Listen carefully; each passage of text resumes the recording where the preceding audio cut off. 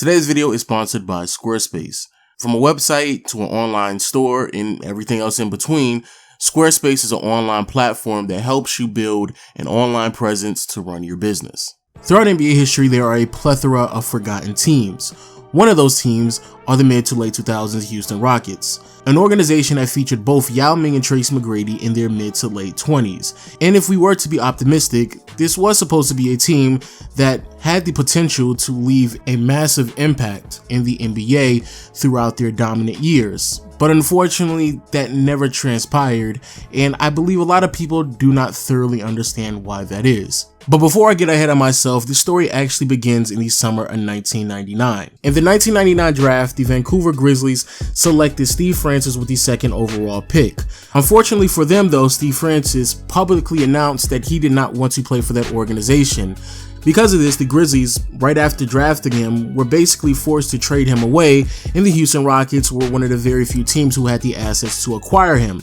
In his first year in the NBA, Steve Francis recorded 18 points, 5 rebounds, and almost 7 assists, while shooting 44% from the field and 35% from behind the arc.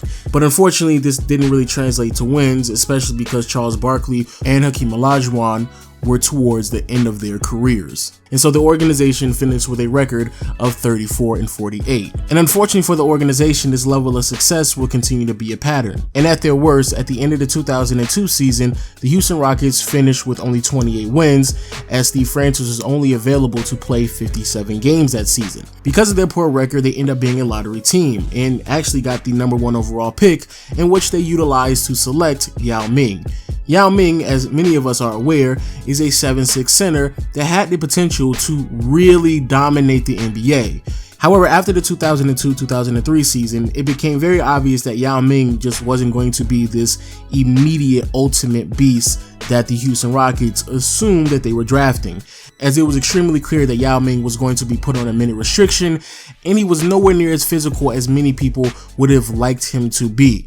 Nevertheless, though, he was still very productive in his rookie year, and by the end of the 2003 season, the Houston Rockets had a record of 43-39.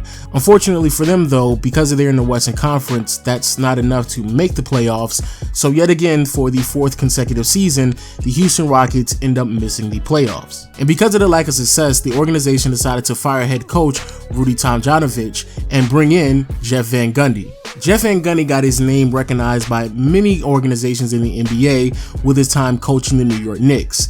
And as the head coach of the New York Knicks, he coached defense first, interior presence second, and every now and then you can shoot the 3-ball, which unfortunately didn't really work out for Steve Francis. And as soon as he was brought to the team, Coach Van Gundy and Steve Francis had multiple altercations where they just were not on the same page on how the team should be ran, largely because Steve Francis felt as if his talent was being marginalized. Because of this, in the 2003-2004 season, Steve Francis statistically had his worst season so far.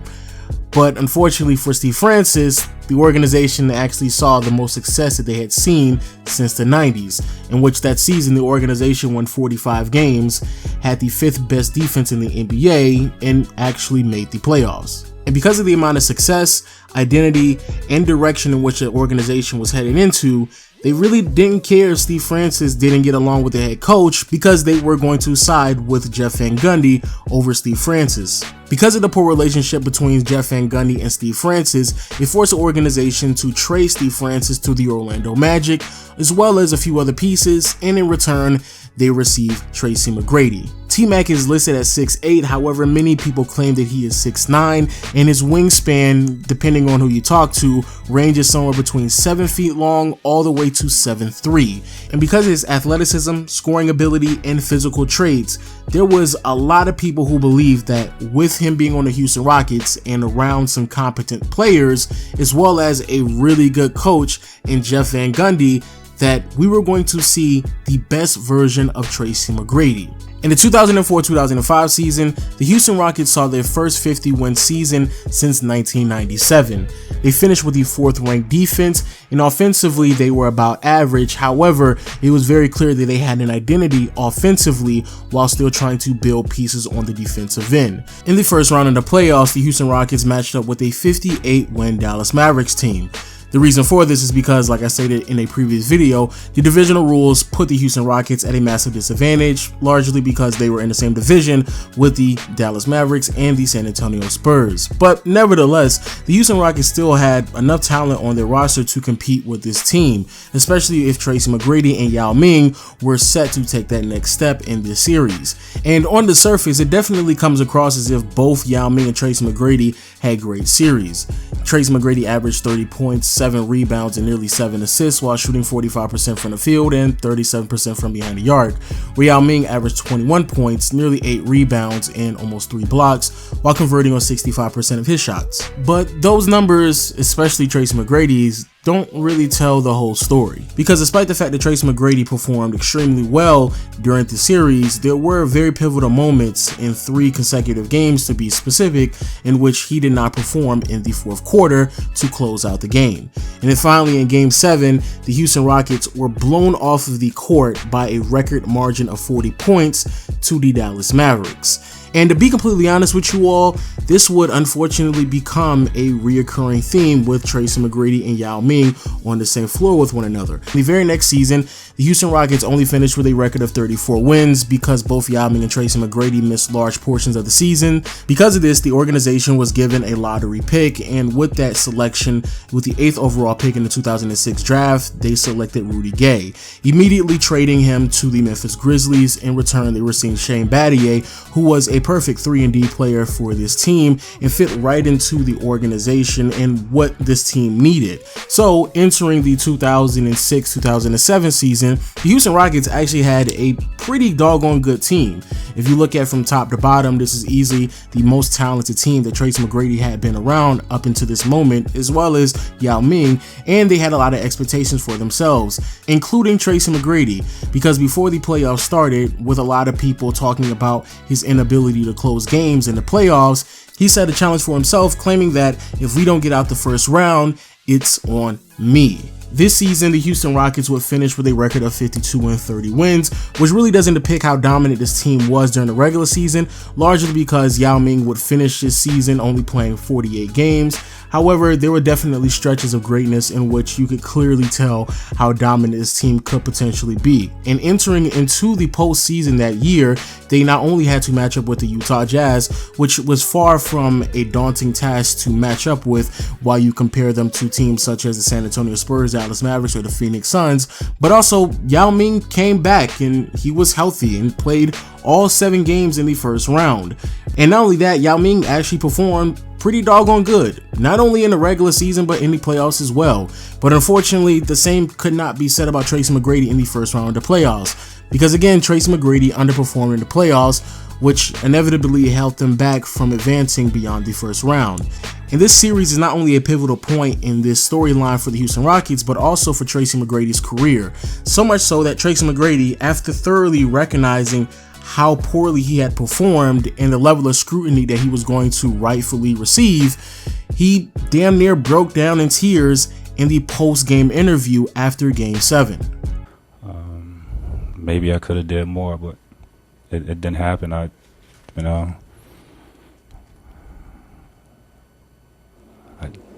tried, man. I tried. Beyond yourself, it just seems like if you weren't creating shots for people in this series, it was very difficult to get anything done offensively.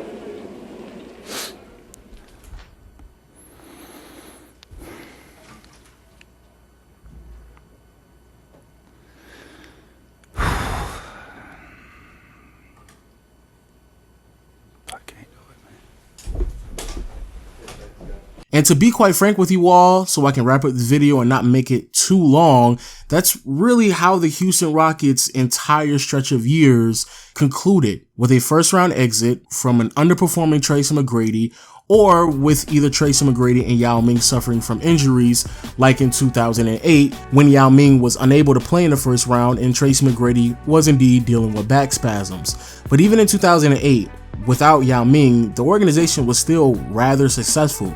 So much so that they actually had a 22-game winning streak during the regular season and finished with a record of 55-27 after they changed head coach, brought in some more players, and even changed general manager to Daryl Morey and the head coach of Rick Adelman. But again, a first-round exit became a reoccurring theme. And then finally, in the 2008 and 2009 season, after bringing in even more talent, such as Ron Artest, and changing their philosophy a little bit more, this is an organization that was basically at a last-ditch effort. But the Houston Rockets didn't live up to their full potential because Tracy McGrady's nagging back problems started to become way too much to overcome, and he was sidelined for a majority of the season, including the postseason. But here's something that's even interesting.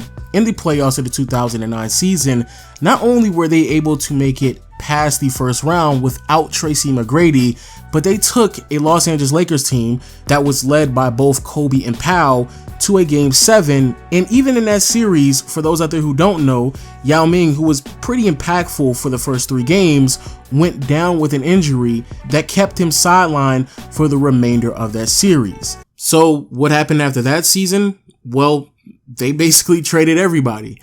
Ron Artest, after acquiring him for only 1 season, decided to walk and join the Los Angeles Lakers.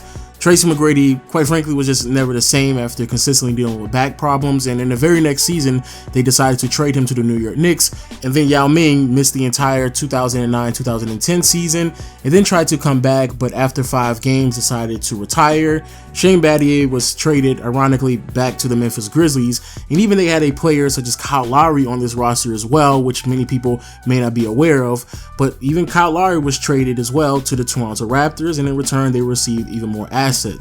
But when it comes to the Yao Ming, Tracy McGrady era of the Houston Rockets throughout the mid to late 2000s, even I must admit, as somebody who was a really big fan of both Tracy McGrady and Yao Ming, so much so that I actually have both of their jerseys hanging up in my closet, I have to openly admit here, this is easily one of the most overly romanticized stretches of years I've ever seen in my life. And even as I say that, I still believe that there were a few missed opportunities, especially in 2009, because the amount of talent that was on that roster and the mind state that those role players had would have been, and more likely should have been, more than enough to compete for an NBA championship that year, especially since the Boston Celtics were suffering from injuries, with Kevin Garnett being out for the remainder of the regular season and the postseason, and the Orlando Magic were the representatives from the Eastern Conference. But then again, you would have to expect that Tracy McGrady was going to have to consistently perform in the postseason, which, not a knock on T-Mac, but I just don't see how that was going to happen. But you know what I do see happening? You using Squarespace. Again, huge shout out to Squarespace for sponsoring this video, and for those out there who are unaware of what Squarespace is an all-in-one platform that allows its users to build a website through easy and very comprehensive templates, and also you can gain a domain as well, which is definitely a massive problem for anybody who's ever had the daunting task of trying to obtain one. And also for people out there who are concerned about coding, don't worry, because Squarespace makes it extremely easy for you. And for those out there who may even have any problems with the site at all, Squarespace has a 24-hour customer support service that is always there and very dependable. And what makes Squarespace even more impressive is that it makes it extremely easier to build an online shop and also keep in contact with a lot of your customers as well with updates or an email campaign. Now, whenever you're ready to build your website through Squarespace, make sure you head to Squarespace.com for your free trial, and then when you're ready to launch and you have everything set in place, make sure you use my code at squarespace.com/legendofwinning to save 10% off on your first purchase. Again, huge shout out to Squarespace for sponsoring this video, and a huge shout out to everyone who watched it. Make sure you click the link in the description, hit the thumbs up button, notification bell in the comment section below, and I'll see you all next time. Peace.